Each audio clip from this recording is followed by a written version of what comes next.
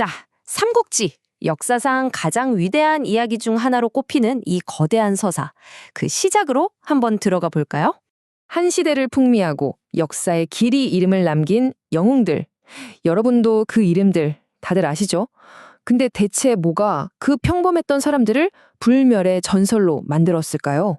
때로는요, 세상이 한번 완전히 뒤집어지는 그런 거대한 혼돈이 필요한 법이죠.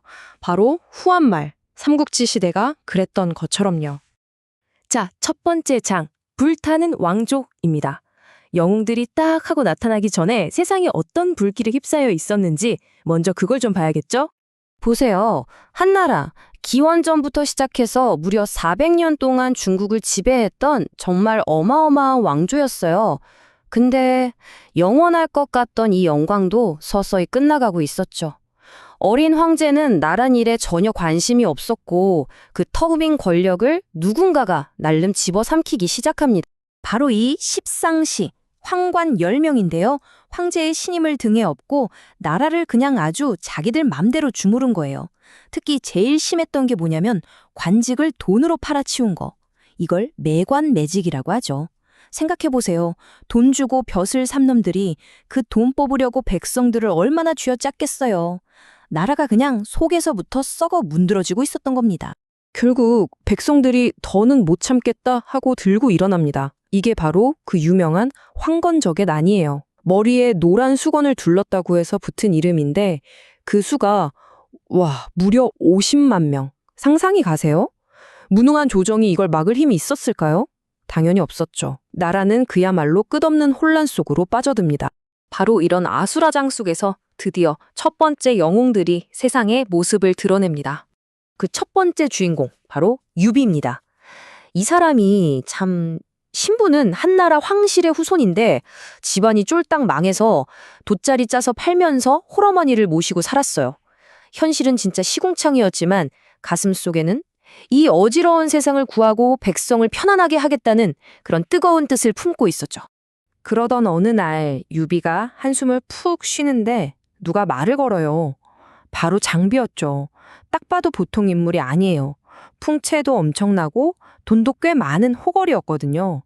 근데 이 사람이 유비의 큰 뜻을 딱 듣더니 그거다 싶었던 거죠. 바로 자기 전 재산을 털어서 같이 의병을 일으키자고 제안합니다. 자, 이렇게 의기투합한 두 사람이 주막에 갔는데 거기서 운명처럼 또 한 명의 영웅을 만납니다. 바로 관우. 키가 2m가 넘고 얼굴은 대추처럼 붉고 딱 봐도 푸스가 장난 아니죠? 사실 그는 억울한 사람을 구해주려다 관리를 죽이고 쫓기는 신세였어요. 하지만 나라를 구하겠다는 그 마음만큼은 누구보다 뜨거웠습니다. 정말 놀랍게도 이 세 사람이 만난 지 딱 하루 만에 장비네 집 뒤뜰 복숭아밭에서 형제의 의를 맺습니다. 이게 바로 그 유명한 도원결의 아니겠습니까? 같은 날 태어나진 못했어도 같은 날 죽기를 원한다. 정말 멋있죠? 이렇게 유비의 명분, 관우의 무력, 그리고 장비의 재력이 마침내 하나가 되는 역사적인 순간입니다. 자, 이렇게 변방에서 이상을 꿈꾸는 세 남자가 뭉치고 있을 때 나라의 심장부인 수도에서는 또 다른 인물이 자신만의 방식으로 이 혼란을 헤쳐나가고 있었습니다. 그의 이름 조조.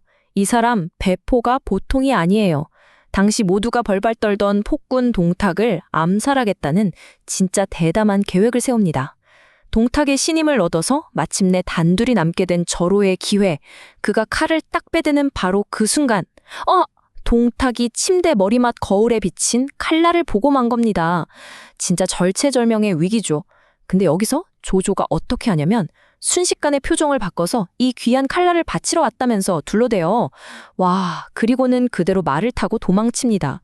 그의 대담함과 진짜 무서운 임기응변을 제대로 보여주는 장면이죠. 하지만 도망자가 된 조조, 여기서 끔찍한 사건에 휘말립니다. 아버지의 의형제인 여백사라는 사람 집에 숨었는데 밖에서 칼 가는 소리랑 묶어서 죽이자는 소리를 엿들은 거예요. 나를 잡으려는 함정이구나 라고 생각한 조조는 망설임 없이 여백사의 가족 8명을 전부 죽여버립니다. 그런데 부엌에 가보니 그들이 잡으려던 건 조조가 아니라 조조에게 대접할 돼지였습니다. 이 끔찍한 진실을 알게 된 여백사마저 입막음을 위해 죽여버린 조조. 옆에서 이 모든 걸 본 동료가 경악하니까 그에게 이런 말을 남깁니다. 내가 천하를 버릴지언정 천하가 나를 버리게 하지는 않겠다. 와, 이 한마디에 조조라는 인물의 냉혹한 현실주의, 그 모든 것이 담겨 있습니다. 자, 조조가 죽이려고 했던 바로 그 폭군, 동탁. 이 사람은 대체 어떻게 권력의 중심부를 차지하게 된 걸까요? 그때 수도에서는요, 황후의 오빠인 대장군 하진이랑 십상씨가 서로 죽고 죽이는 아주 피비린내 나는 권력 다툼을 벌이고 있었어요. 결국엔 둘 다 망해버리고 수도는 그야말로 주인을 잃은 무주공산이 되어버린 거죠. 바로 이 타이밍에 지방에서 군대를 이끌고 온 야심가 동탁이 길 잃은 어린 황제를 딱 손에 넣고 정말 피 한 방울 안 흘리고 수도에 입성해버립니다. 근데 동탁의 야망을 막아설 뻔한 사람이 딱 한 명 있었어요. 바로 정원이라는 인물인데 그에겐 당대 최강의 무장이 있었거든요. 바로 여포입니다. 재미있는 게 요즘 한국에서 방구석 여포라는 말 쓰잖아요. 인터넷에선 막 센석하는데 현실에선 조용한 사람들. 그 말이 바로 이 여포에게서 나온 겁니다. 근데 당시 여포의 위상은 진짜 장난이 아니었어요. 사람 중에는 여포여, 말 중에는 적토마라 이런 말이 있을 정도였으니까요. 그야말로 걸어다니는 인간 병기였죠. 동탁이 이 여포가 너무너무 탐이 났던 겁니다. 그래서 어떻게 하냐? 하루에 천리를 달린다는 전설의 말, 적토마에다가 온갖 보물에 보내서 그를 꼬드기죠. 결국 이 황금의 눈이 먼 저포는 자기를 아들처럼 거둬준 죽은 정원의 목을 베어서 동탁에게 바치고 그의 새로운 양아들이 되어버립니다. 자, 이제 최강의 무장 여포까지 얻었으니 동탁의 폭정은 그야말로 브레이크가 없었습니다. 황제를 자기 마음대로 갈아치우고 궁녀들을 겁탈하고 백성들 재산을 마구 빼앗았죠. 그러자 마침내 흩어져 있던 전국의 영웅들이 이 악마 같은 폭군을 치기 위해 하나로 뭉치기 시작합니다. 그리고 이 거대한 연합에 불씨를 당긴 사람이 누구였을까요? 바로 조조였습니다. 동탁 암살 시도 덕분에 이제 의로운 영웅으로 이름이 쫙 퍼진 조조가 경문을 띄우니까 원소를 중심으로 무려 18명의 제후들이 구름처럼 군대를 이끌고 모여든 겁니다.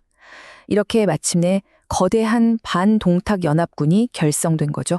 자, 연합군 앞을 딱 가로막은 게 있었으니 바로 철옹성 같은 관문, 호래관, 그리고 그곳을 지키는 인간 병기, 여포였습니다. 연합군의 쟁쟁한 장수들이 계속 덤벼봤지만 상대가 안 됐죠. 바로 그때 장비가 이놈아! 하고 포효하면서 여포에게 달려듭니다.